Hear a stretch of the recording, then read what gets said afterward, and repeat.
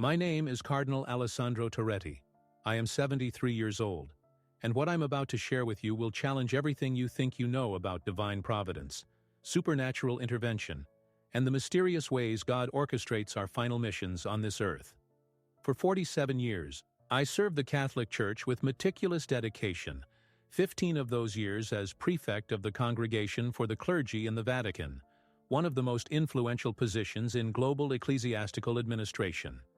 During nearly 5 decades of ecclesiastical service, I supervised the formation of over 8,000 seminarians across 89 countries, implemented gradual reforms in priestly education programs, and maintained correspondence with bishops worldwide on matters of clerical discipline.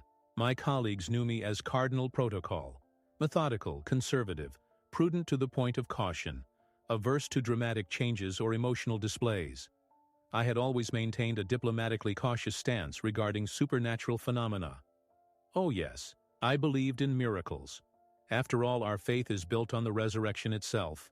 But I approached claims of visions, apparitions, and mystical experiences with the skepticism expected of a Vatican administrator who had seen too many false prophets and delusional visionaries seeking ecclesiastical approval. But what happened in the early morning hours of October 12, 2024, exactly 18 years after the death of Blessed Carlo Acutis, when that young Italian teenager visited me on my deathbed at Rome's Gemelli Hospital, revealed a secret about my own final mission that I kept for exactly 14 days until its miraculous medical confirmation completely transformed my understanding of God's inscrutable plans. In August 2024, at 73 years old, I received the most devastating diagnosis possible for any man: stage I-IV pancreatic cancer with generalized hepatic metastasis. The oncologists at Gemelli, the same brilliant physicians who had treated Pope John Paul II during his final illness and attended to Pope Benedict XV, were brutally honest in their prognosis: 6 weeks to live, perhaps 8 with palliative chemotherapy. The tumors were inoperable. The disease had spread too aggressively. Medical science could offer comfort, but not cure. As a prince of the Church who had dedicated almost half a century to papal service, I faced the crushing reality that I would die before completing several crucial reforms in priestly formation that I considered essential for the Church's future. Reforms I had been planning for years, but, in my characteristic caution, had delayed implementing. Reforms that young seminarians desperately needed, but that I, in my conservative prudence, had postponed again and again, waiting for the right moment that would now never come. What Carlo Acutis whispered to me during that supernatural encounter on October 12, 2024, and what the medical examinations confirmed exactly 14 days later on October 26, didn't just save my physical life. It revealed that God had been preparing me my entire ecclesiastical career for a final mission that would revolutionize priestly formation in a way I never imagined possible.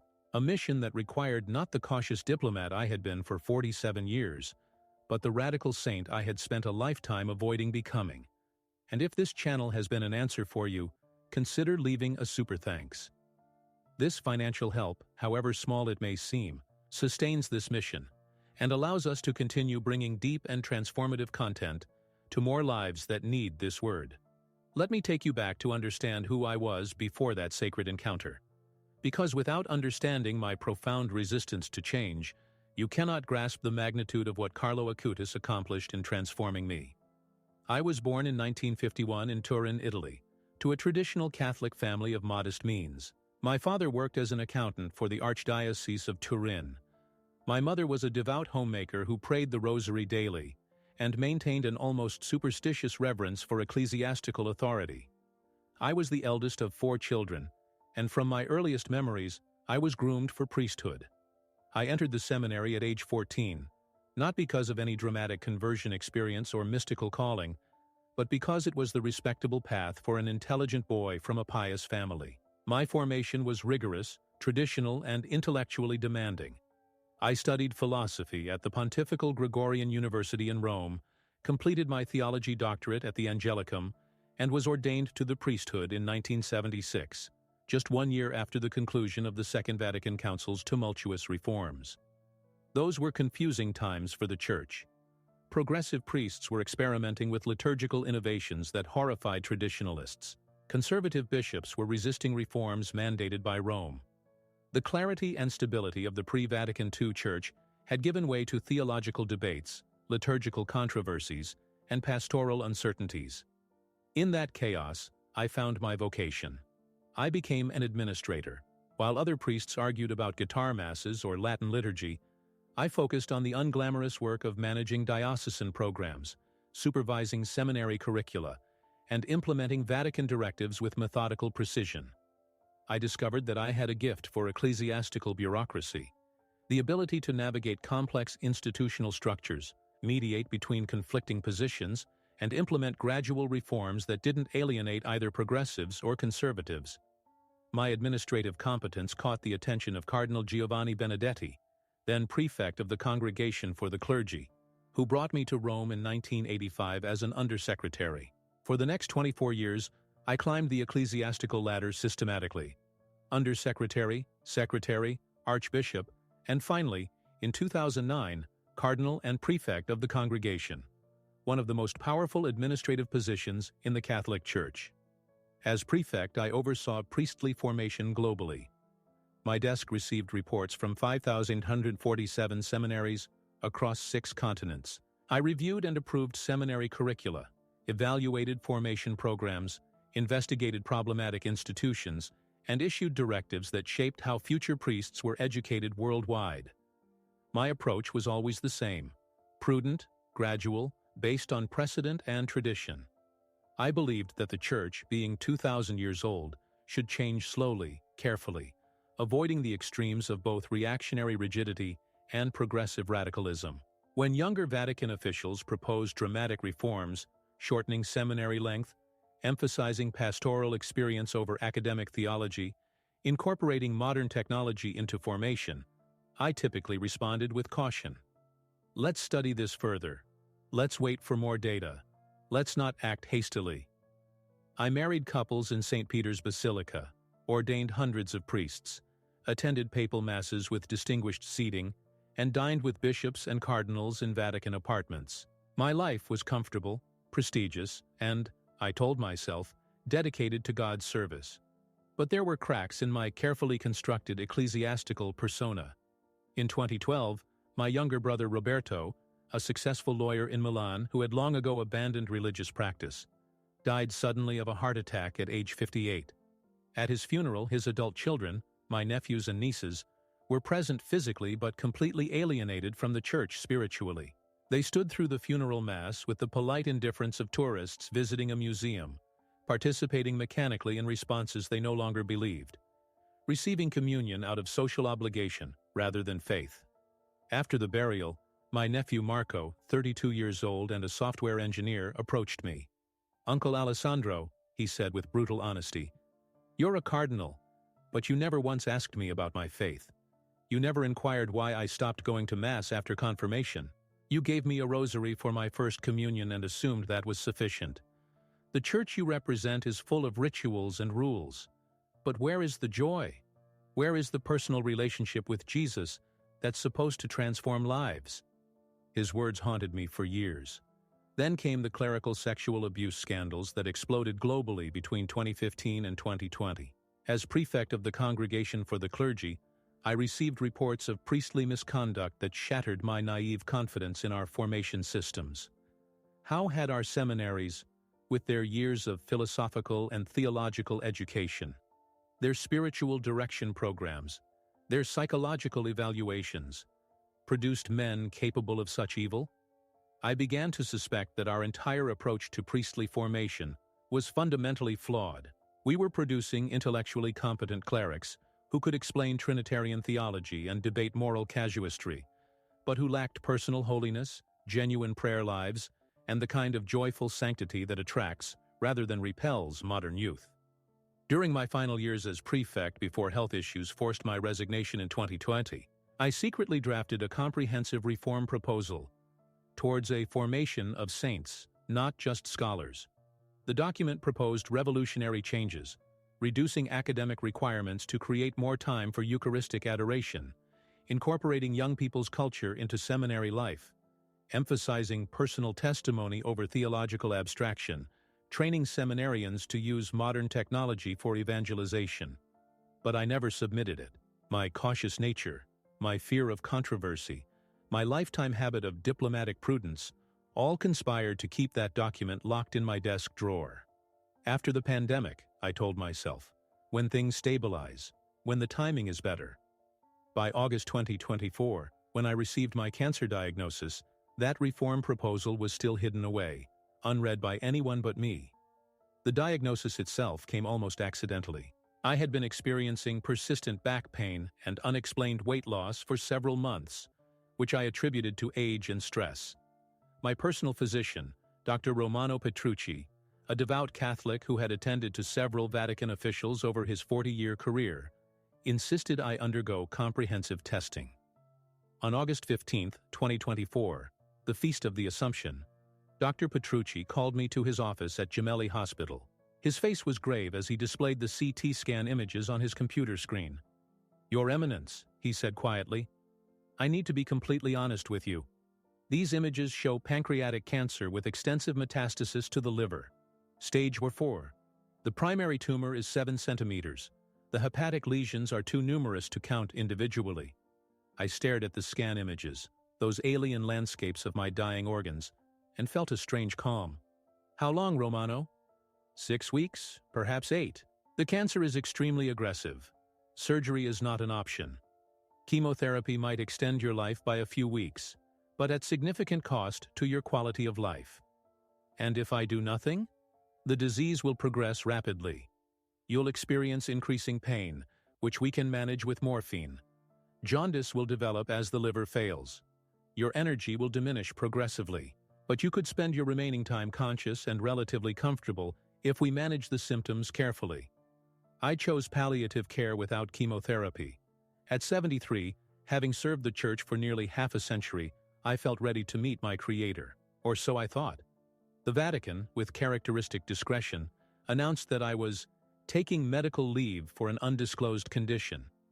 Pope Francis himself called me, speaking with that pastoral warmth that characterized his papacy. "Alessandro, you have served the Church faithfully for decades. Now is your time to simply receive God's love. Don't worry about unfinished work. God will raise up others." Those words, meant to comfort, actually deepened my anguish. Others would implement reforms their own way. My vision for priestly formation, developed over 47 years of experience, would die with me, unshared, unrealized. September passed in a blur of progressive decline. The cancer advanced exactly as Dr. Petrucci predicted. The pain intensified, requiring increasing doses of morphine. My weight dropped from 82 kilograms to 71, then to 63. The robust cardinal who had walked briskly through Vatican corridors became a frail old man shuffling between bed and chair in a private room at Gemelli Hospital. My sister Beatrice and her husband moved into a nearby hotel to be close. My former colleagues visited regularly, cardinals, bishops, monsignors, expressing condolences and gratitude for my service. These visits, while affectionate, had the formal quality of ecclesiastical courtesy rather than genuine intimacy. I realized that after 47 years in Vatican service, I had many professional relationships but few true friendships. The only visitor who spoke to me with complete honesty was my nephew Marco, the software engineer who had challenged me after his father's funeral years earlier. He came twice a week, not to pray platitudes but to talk about real things. His struggles with faith, his admiration for young Catholics who managed to integrate ancient tradition with contemporary culture, his frustration with a church that seemed more concerned with institutional preservation than missionary joy. "Uncle," he said during one visit in late September, "have you heard of Carlo Acutis? That Italian teenager who died in 2006 and was beatified in 2020? "Yes, of course. The young man who cataloged Eucharistic miracles using computer programming. A beautiful story." "It's more than beautiful, Uncle. It's revolutionary. Carlo showed that you can be deeply orthodox and joyfully modern simultaneously. He loved the Eucharist and video games. He programmed websites and prayed the rosary daily. He wore jeans and sneakers to Mass and had profound devotion. He's becoming the patron of young Catholics who refuse the false choice between tradition and relevance. I smiled weakly. You sound like you've studied him extensively. I have. Because Carlo represents what the Church needs to become.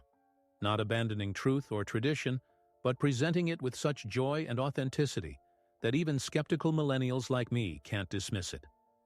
If the Church formed more priests like Carlo and fewer, well, like the bureaucrats I've met, no offense, Uncle, maybe guys like me wouldn't have left. His words echoed in my morphine-clouded mind for days afterward. By early October, Dr. Petrucci informed my family that my condition was deteriorating more rapidly than expected. Days, not weeks, he said quietly. They increased my morphine dosage, and I drifted between wakefulness and semi-consciousness, experiencing vivid dreams and strange temporal distortions where past and present blended together. On October 10th, my secretary brought accumulated correspondence that had collected during my illness. Most were formal letters of encouragement from bishops and clergy worldwide, but one letter immediately caught my attention. It was from Antonia Salzano, the mother of Blessed Carlo Acutis. I had met Signora Salzano once, briefly, in 2021 during a Vatican conference on youth evangelization.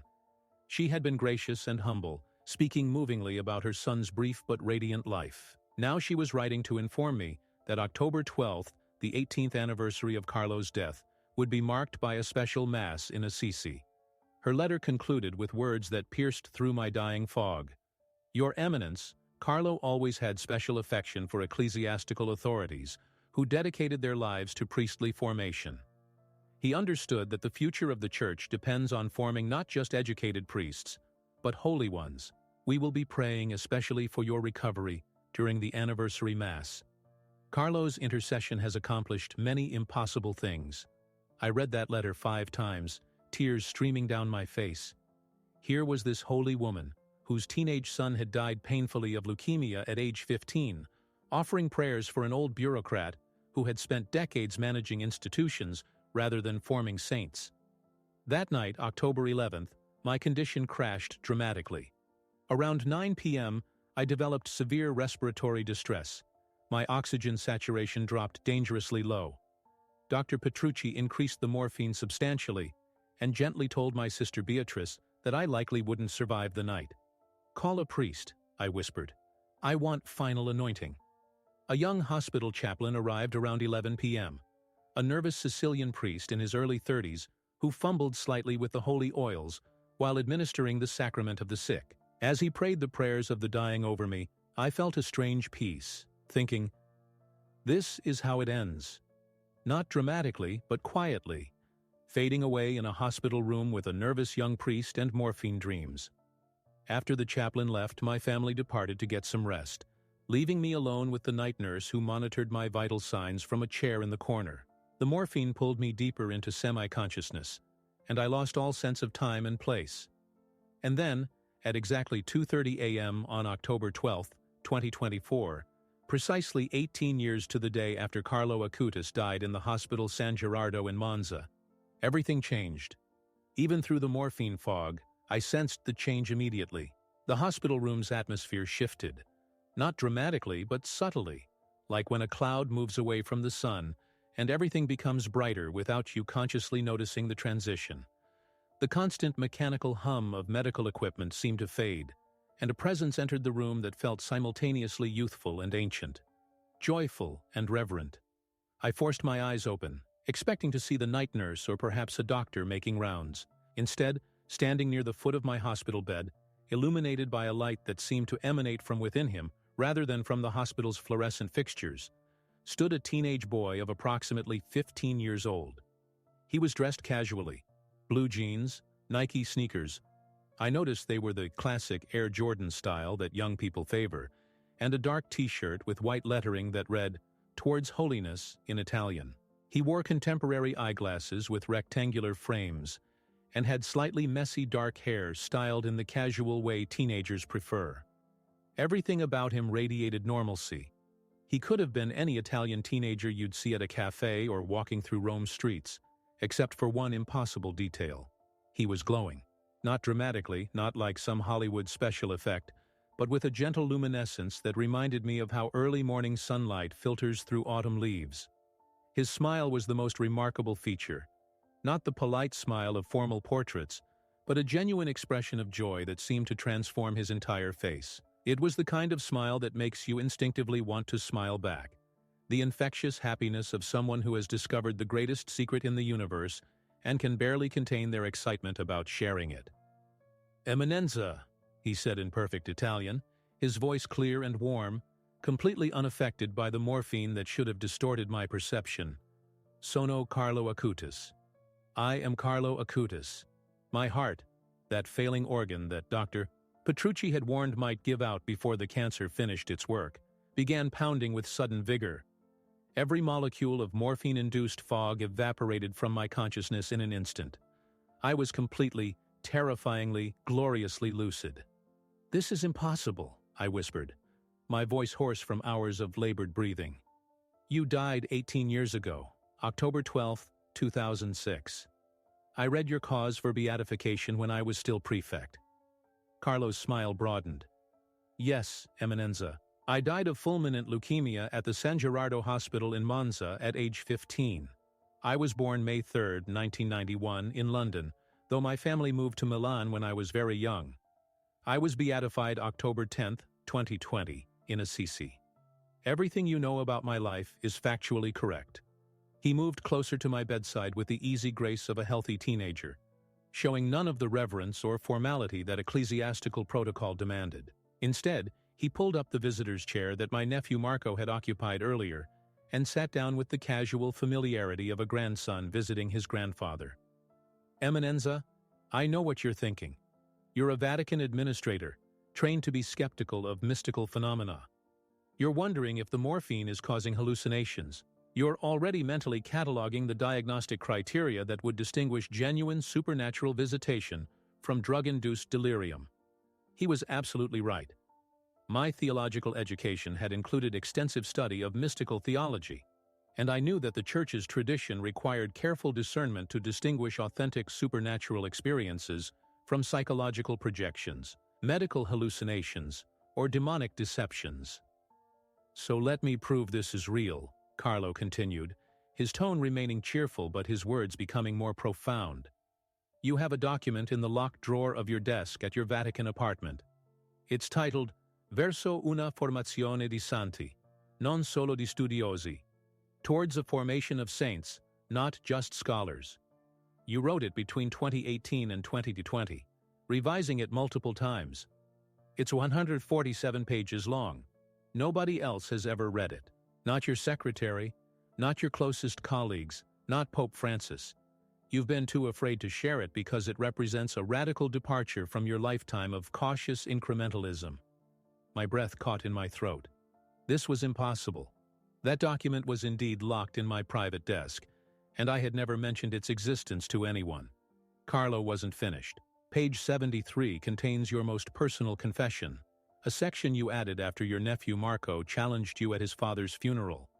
You wrote, "I have spent 40 years forming priests to be intellectually competent administrators of sacraments.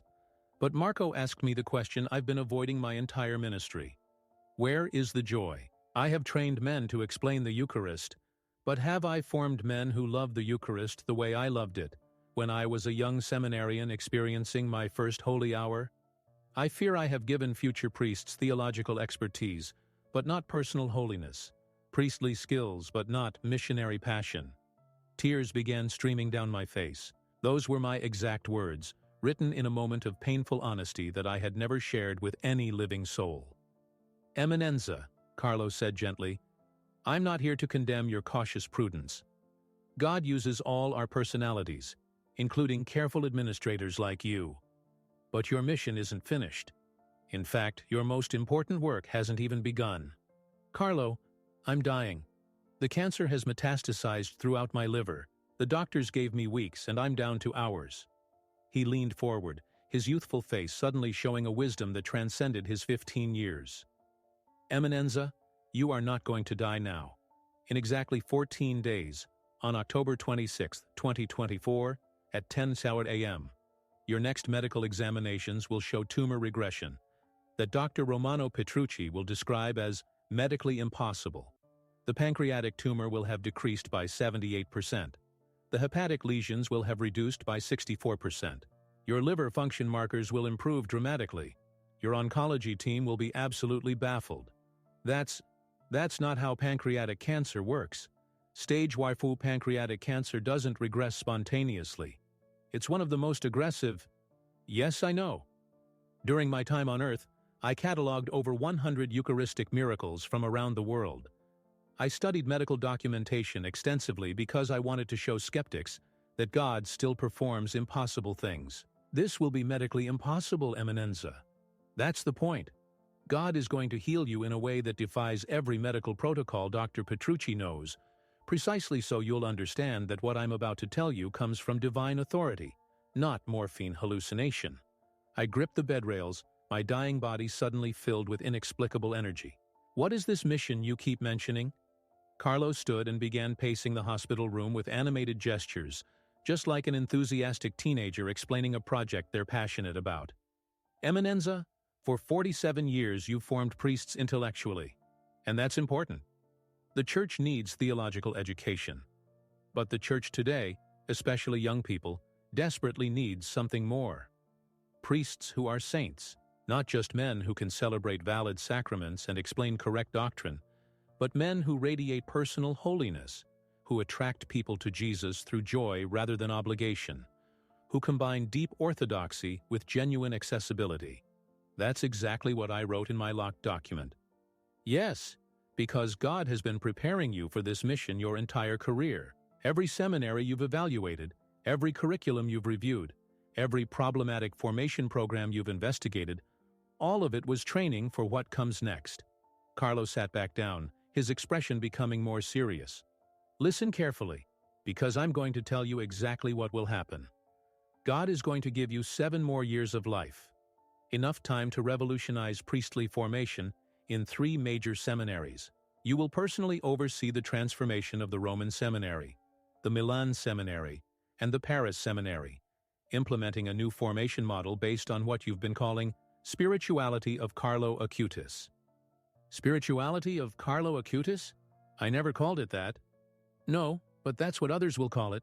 This model will combine rigorous intellectual formation with intensive Eucharistic adoration, traditional liturgical practice with contemporary cultural engagement, theological depth with missionary joy. You will train approximately 500 new priests over the next 7 years using this method. He continued with specific details that seemed to come from a script already written. In March 2025, you will be invited by Pope Francis to lead a special commission on priestly formation reform. In September 2026, your first cohort of seminarians trained in the new method will be ordained, and their pastoral effectiveness will be so remarkable that bishops from around the world will request details. By 2028, over 40 seminaries on 5 continents will have adopted modified versions of your formation model. And then, Carlo's smile became tender, almost protective. In October 2031, 7 years from now, you will die peacefully in your sleep at age 80. But before that, you will write a comprehensive 400-page document titled Guidelines for Forming Holy Priests in the 21st Century, that the next pope, whoever he may be, will use to reform priestly formation globally. Your careful, methodical, administrative approach, the very caution you've been criticizing yourself for, will prove essential for making these radical reforms acceptable to the universal Church. I sat in stunned silence, trying to process what he was saying. It was too specific to be morphine delirium, too detailed to be wishful thinking, too impossible to be anything except, why me, Carlo? There are younger cardinals, more dynamic bishops, priests with better pastoral experience. Because God doesn't need dynamic personalities, Eminenza. He needs willing instruments. Your entire life has been preparation. Your administrative expertise will give these reforms credibility. Your conservative reputation will prevent them from being dismissed as progressive faddishness. Your age will ensure you have no personal ambition clouding your judgment. You are perfect precisely because you think you're inadequate. He stood again and placed his hand on my forehead. I felt a warmth that seemed to penetrate through my skull directly into my brain, chasing away not just the morphine fog but years of accumulated doubt, fear, and self-criticism. Eminenza, you must keep this encounter absolutely secret for exactly 14 days. When the medical examinations on October 26th confirm your inexplicable healing, you will know with complete certainty that everything I've told you tonight is true. Then, and only then, should you begin speaking publicly about this visitation. Why the secrecy? Because faith requires evidence, but evidence requires patience. If you tell people now while you're still dying, they'll dismiss it as the desperate fantasy of a terminal patient grasping at hope. But when Dr. Petrucci confirms your impossible recovery, when other oncologists review your case and find no medical explanation, when you begin implementing these reforms with the vigor of a man 20 years younger, then your testimony will be undeniable. Carlo moved toward the door, his luminescence beginning to fade slightly, as if he were preparing to depart. But he turned back one final time. One more thing, Eminenza. In your locked document, you wrote a prayer that you've never prayed aloud. You wrote, "Lord Jesus, I have spent my life in your service, but I fear I've served the institution more than I've loved you personally. If you would grant me a second chance, I would dedicate my remaining time not to careful administration, but to radical holiness, not to diplomatic prudence, but to missionary boldness. I would form priests who love you the way I wish I had loved you, with complete abandon, joyful devotion, and fearless faith." More tears came, because that prayer, written at 3 a.m. during an insomniac night in 2019, represented my deepest, most secret spiritual desire. God is answering that prayer, Eminenza. Your second chance begins in 14 days. Use it well. And then he was gone. Not dramatically, not with flashing lights or angelic choirs, but simply absent. The hospital room returned to its normal mechanical hum.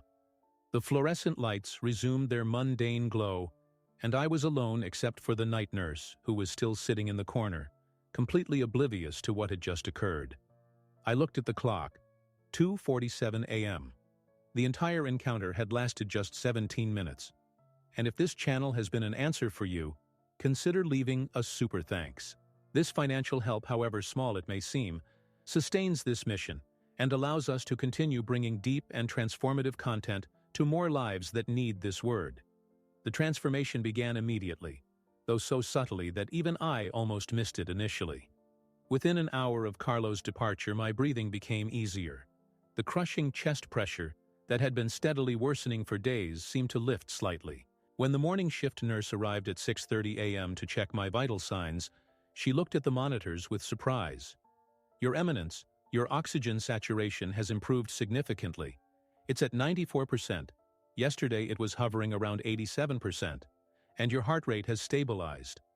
Dr. Petrucci arrived for morning rounds at 8:00 a.m., accompanied by my oncologist, Dr. Francesca Martelli. They reviewed my charts with professional skepticism. "Alessandro," Dr.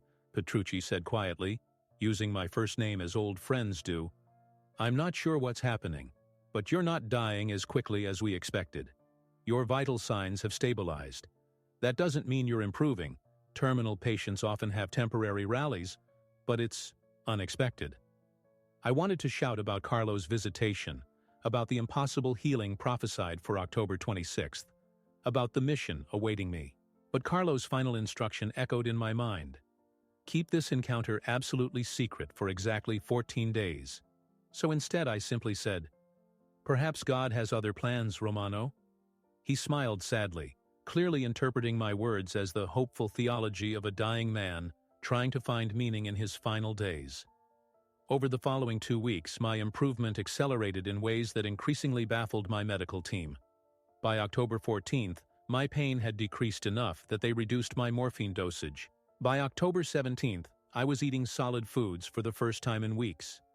By October 20th, I was walking the hospital corridors with assistants, shocking nurses who had expected to be planning my funeral by now.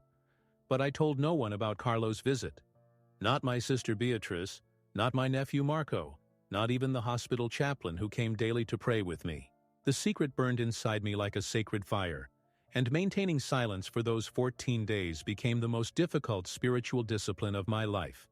I did, however, begin preparing for what Carlo had prophesied. On October 18th, feeling strong enough to use my laptop, I retrieved my locked document, Towards a Formation of Saints, Not Just Scholars, and began revising it with new urgency. I outlined specific curricular changes, drafted guidelines for Eucharistic-centered formation programs, and developed assessment criteria for measuring not just academic competence, but personal holiness in seminarians. My nephew Marco visited on October 21st and was stunned by my transformation. "Uncle Alessandro, you look... I don't know how to describe it. You look alive. Last week you were barely conscious, and now you're working on your laptop? The Lord has work for me to do, Marco. I'm not finished yet." He stared at me with wonder. "This doesn't make medical sense." "No," I agreed. "It doesn't. But it makes theological sense." October 26, 2024, arrived with agonizing slowness. I woke at 5 a.m., too nervous to sleep, and spent 2 hours in prayer. At 7:30 a.m., orderlies transported me to the radiology department for comprehensive imaging, CT scans of my abdomen, chest x-rays, blood work for tumor markers, and liver function. Dr. Petrucci and Dr. Martelli had scheduled a 10 a.m. consultation to review the results. Carlo had been specific. October 26th at 10:30 a.m., your medical examinations will show tumor regression that Dr. Romano Petrucci will describe as medically impossible. I was returned to my room at 9:15 a.m. The minutes crawled by with excruciating slowness. At 9:58 a.m., Dr. Petrucci and Dr. Martelli entered my room. Both carried tablets displaying medical imaging. Both wore expressions of professional bewilderment that would have been comical under different circumstances. Dr. Petrucci spoke first, his voice carefully controlled. "Alessandro, I've practiced oncology for 38 years. I've seen temporary improvements in terminal patients, what we call rallies before final decline. I've seen rare cases where cancer progression slows unexpectedly. But what I'm seeing in your latest scans is something I've never witnessed in stage 4 pancreatic cancer." He pulled up the comparison images on his tablet. The August scans showing my tumor-ravaged organs next to the October 26th scans. Even to my medically untrained eyes, the difference was dramatic. "Your primary pancreatic tumor has decreased from 7 centimeters to 1.5 centimeters, a reduction of 78%. The hepatic metastases, those multiple tumors we saw throughout your liver, have reduced by an average of 64%. Some of the smaller lesions have disappeared entirely. Your liver function markers, which were at catastrophic levels in September, have improved dramatically. Your CA19-9 tumor marker, the specific protein we use to track pancreatic cancer, has dropped from 2,147 to 312. Dr. E. Martelli added, her professional composure barely masking her astonishment. "Your Eminence, in standard oncological terms, what we're seeing would be classified as a complete metabolic response, meaning the cancer is still present but has become largely inactive. But such responses don't occur spontaneously in advanced pancreatic cancer without aggressive treatment. You've received no chemotherapy, no radiation, no experimental drugs. There is no medical explanation for this regression." Dr. Petrucci looked directly at me. "Alessandro, I'm going to use a phrase I never expected to say about your case. This is medically impossible." There it was, the exact phrase Carlo had prophesied, delivered at precisely 10 a.m. on October 26, 2024. I closed my eyes and whispered a prayer of thanksgiving. Then I looked at my 2 doctors, these brilliant scientists who had dedicated their careers to fighting disease through medical knowledge, and said quietly, "Romano, Francesca, I need to tell you what happened on the early morning of October 12th. Over the next hour, I recounted Carlo Acutis' visitation in complete detail.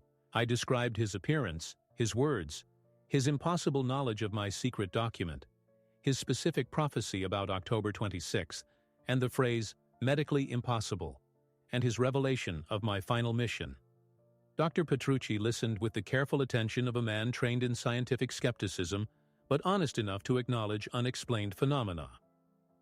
Dr. Martelli, I later learned, was a devout Catholic who had privately prayed to Blessed Carlo for my recovery, though she had never mentioned it professionally. When I finished, Dr. Petrucci said slowly, "Alessandro, as your doctor, I cannot explain your recovery through any known oncological mechanism. As your friend, I cannot dismiss your account as delirium. You're too lucid, too specific, and the prophesied details are too accurate. As a scientist, I'm deeply uncomfortable with supernatural explanations. But as a human being who has witnessed something that contradicts everything I learned in medical school, I have to acknowledge the possibility that you experienced something beyond natural causation. Dr. Martelli was more direct. Your Eminence, I've been praying to Carlo Acutis for your healing since your diagnosis. This is his intercession, I have no doubt. Then I must honor the second part of his prophecy, I said. I need to contact Pope Francis immediately. Carlo said I would be invited to lead a commission on priestly formation reform in March 2025. But I cannot wait for that invitation. I need to begin implementing these reforms now, while the medical miracle is fresh and undeniable. On October 27th, I was discharged from Gemelli Hospital with instructions for outpatient monitoring. The hospital's communications office, with my permission, released a brief statement. Cardinal Alessandro Torretti, who was diagnosed with advanced cancer in August, has experienced unexpected tumor regression following a period of prayer and pastoral care. His medical team continues to monitor his condition. The response was immediate and overwhelming. Catholic news outlets around the world ran stories. Vatican Cardinal experiences miraculous recovery. Dying church official credits. Blessed Carlo Acutis.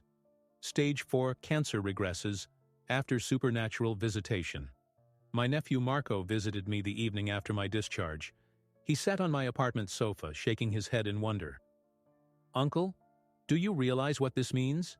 You've been given exactly what you criticized yourself for lacking. A second chance to do things differently. Carlo basically told you, stop being cardinal protocol and become a saint. Are you going to do it? Yes, I said without hesitation. For 47 years, I've been cautious, diplomatic, prudent. I've served the institution more than I've loved Christ. Carlo's visitation didn't just heal my body. It exposed the spiritual cancer I've been carrying for decades. Fear, excessive caution, prioritizing human approval over divine mission. So what's your first move? I opened my laptop and showed him the revised version of Towards a Formation of Saints, Not Just Scholars. Over the past 2 weeks, I had expanded it to 247 pages, incorporating not just pedagogical reforms, but a complete philosophical reorientation of priestly formation. This document proposes that we stop forming priests primarily as sacramental administrators and theological experts. Instead, we form them first as disciples madly in love with Jesus Christ, then equip them with the skills they need to share that love. We reduce classroom hours and increase Eucharistic adoration time. We train seminarians to use technology for evangelization the way Carlo did. We emphasize missionary joy and cultural engagement, rather than just doctrinal correctness. Marco read through several sections, his expression growing increasingly animated. Uncle, this is revolutionary. The old guard will hate it. They'll accuse you of compromising academic standards, of promoting emotionalism over intellectual rigor, of exactly what they accused Vatican II reformers of doing, I interrupted. I know, but I'm 73 years old. I've technically died and been resurrected, and I have nothing left to lose. If the old guard opposes these reforms, then I'll make my case directly to Pope Francis, who has been calling for missionary boldness since the first day of his papacy. On November 4th, I requested a private audience with Pope Francis. Given my recent recovery and my decades of Vatican service, the request was granted quickly. On November 8th, I met with the Holy Father in his residence at Casa Santa Marta. Pope Francis greeted me with characteristic warmth, embracing me and saying in his Argentine-accented Italian, Alessandro, when Romano Petrucci told me about your recovery, I went immediately to the chapel to give thanks. Tell me everything. I recounted Carlo's visitation and his prophetic instructions. Francis listened without interruption, his expression moving from interest to deep contemplation to obvious emotion. When I described Carlo's emphasis on forming santos, no solo estudiosos, saints, not just scholars, tears appeared in his eyes. Alessandro, this is exactly what I've been praying for since my election. We need priests who smell like the sheep, who attract young people not through obligation but through contagious holiness, who combine doctrinal orthodoxy with pastoral mercy. This blessed boy who died at 15, he understood what many bishops twice his age still don't grasp. I handed him my 247-page document. "Holy Father, Carlos said you would invite me to lead a commission on priestly formation reform in March. But I cannot wait until March. The medical miracle is fresh now. The attention is focused now. The moment is providential now." Francis skimmed through the document, stopping occasionally to read entire sections. After 20 minutes, he looked up and said simply, "When can you start?" "Immediately, Holy Father." "Then consider yourself appointed as special pontifical delegate for the reform of priestly formation, effective today. You have my full authority to implement these changes in any seminary that voluntarily accepts this model. Start with Rome, Milan, and Paris, as your young friend suggested. If it works, and I believe it will, we'll expand globally." He placed his hand on my shoulder. "Alessandro, God gave you 7 more years. Don't waste them being diplomatically cautious. Be audaciously holy."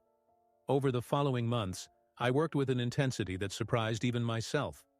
In December 2024, I met with the rectors of the Pontifical Roman Seminary, the Milan Archdiocesan Seminary, and the Seminary of Saint-Sulpice in Paris. I presented Carlo's vision, backed by my medical miracle, and asked them to trust me for a 5-year experimental period. All 3 agreed, though with varying degrees of enthusiasm. The Roman rector, a 62-year-old Jesuit named Father Tommaso Bianchi, was immediately supportive. "Your Eminence, I've been waiting 15 years for someone with Vatican authority to propose something like this. Our current formation model produces competent clerks, not passionate evangelizers." The Milan rector was more cautious. "These changes are significant, Your Eminence. How do we maintain academic rigor while adding all this additional prayer time?" "By recognizing that prayer is not opposed to academic rigor, it's the foundation of it. A priest who prays 4 hours daily but studies 3 hours will be more effective than one who prays 30 minutes and studies 6 hours, because the first priest's study will be illuminated by intimacy with the teacher."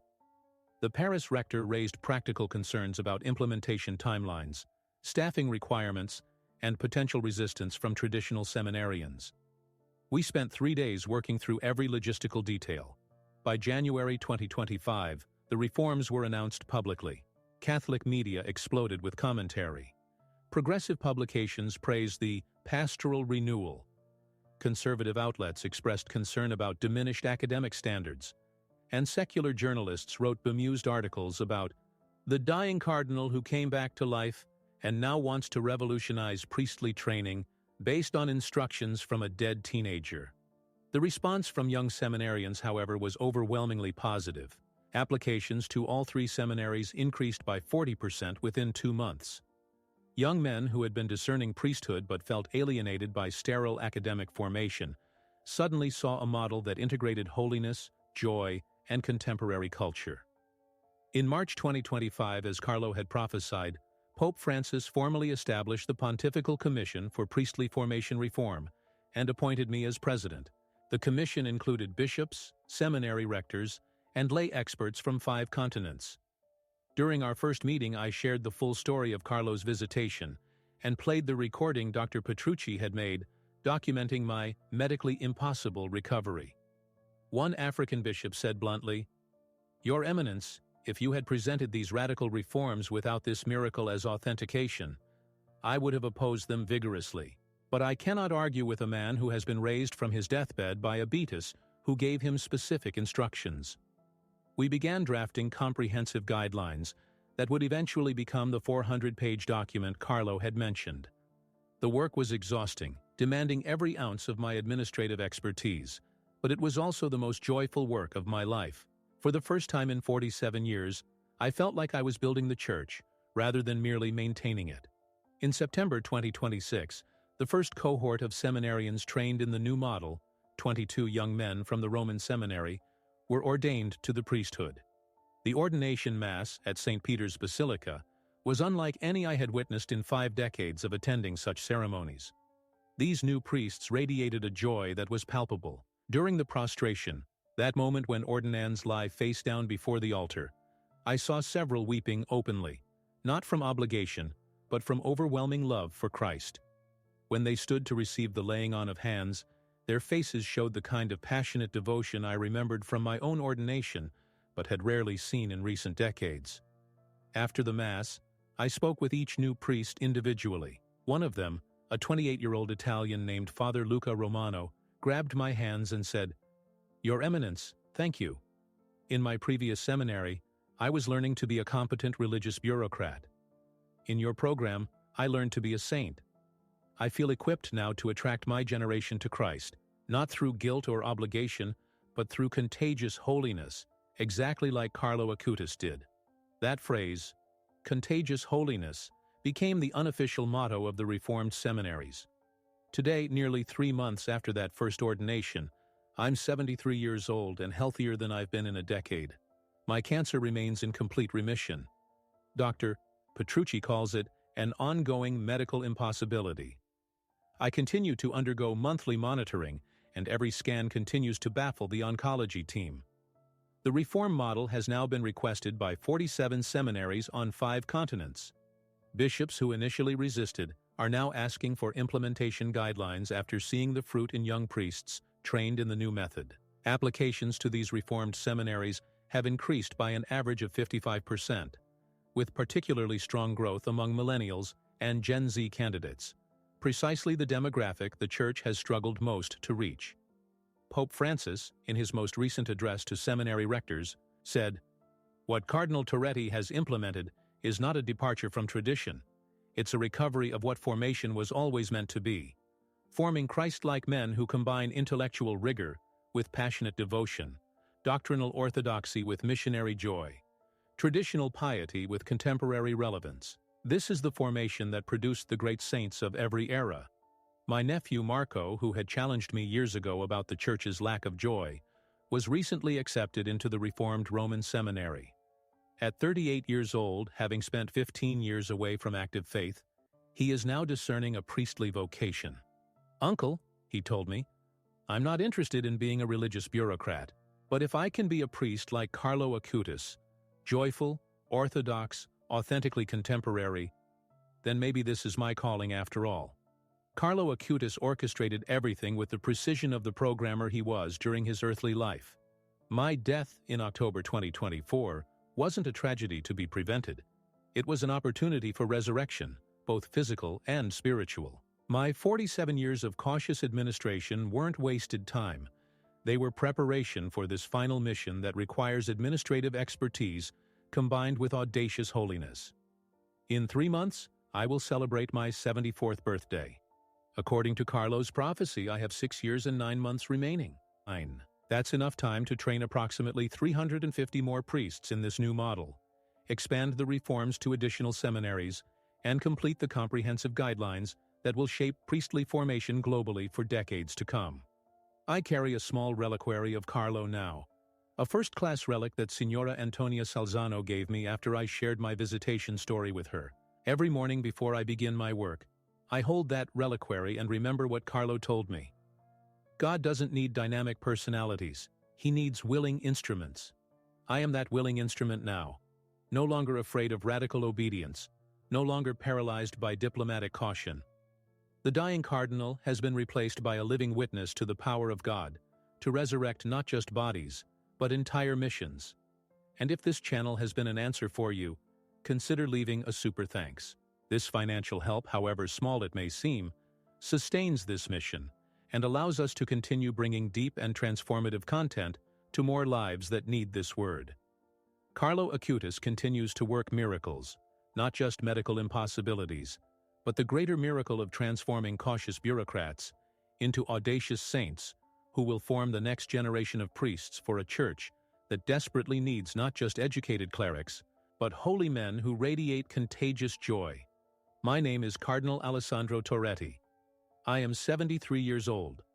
I died on October 12, 2024, and was raised to life for one final glorious mission, to help the Church remember that forming priests means forming saints. And that mission, impossible as it seemed, is just beginning.